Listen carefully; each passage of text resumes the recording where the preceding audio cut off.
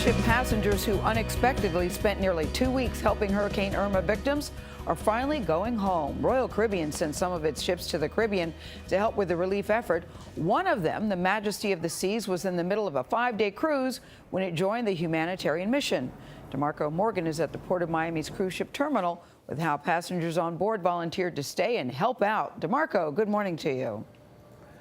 Good morning, Gail. What started out as a relaxing cruise quickly turned into a rescue mission. Royal Caribbean ended its 5-day cruise 1 day early and gave passengers the option of tagging along for its relief and rescue efforts, of course, there, all while riding out the storm at sea.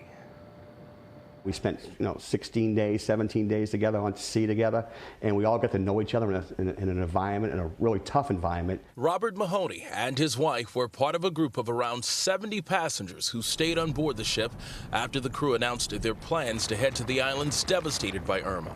This would be an opportunity to help people out down the road. We were glad to stay on board and help out in any way we could. The ship picked up passengers in St. Martin and St. Thomas. What's usually a party boat turned into a floating shelter, housing hundreds of people. We got saved from hurricane. Hallelujah. Some of the rescued sang for joy when the ship arrived in Puerto Rico and thanked the crew that came to their rescue. It was horrible, but thank God we made it. We made it. And thank you all people, you're doing a good job. Yeah. We have reception that were warm and kind. Thank you. God bless you all. I saw people get off the ship the next day, and they were almost whole again within 24 hours.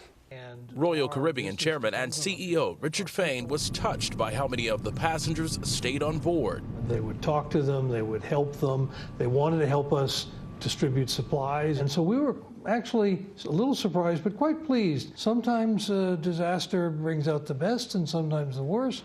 Here I think we saw the best in so many people. I would do it again tomorrow. Anything I could do to help somebody, talk to somebody, bring somebody back from their lowest of low would be my absolute pleasure. Now, the CEO says the passengers and crew were never in danger from Irma because the ship was able to hide behind the mountains of Cuba and wait for the storm to pass through so they could head to those affected islands. Bianna? Great story. These people went from everyday vacationers to humanitarians. Exactly. Good for them. And no regrets about it. And no either. regrets. Yes. They loved every minute of it. DeMarco, thank you.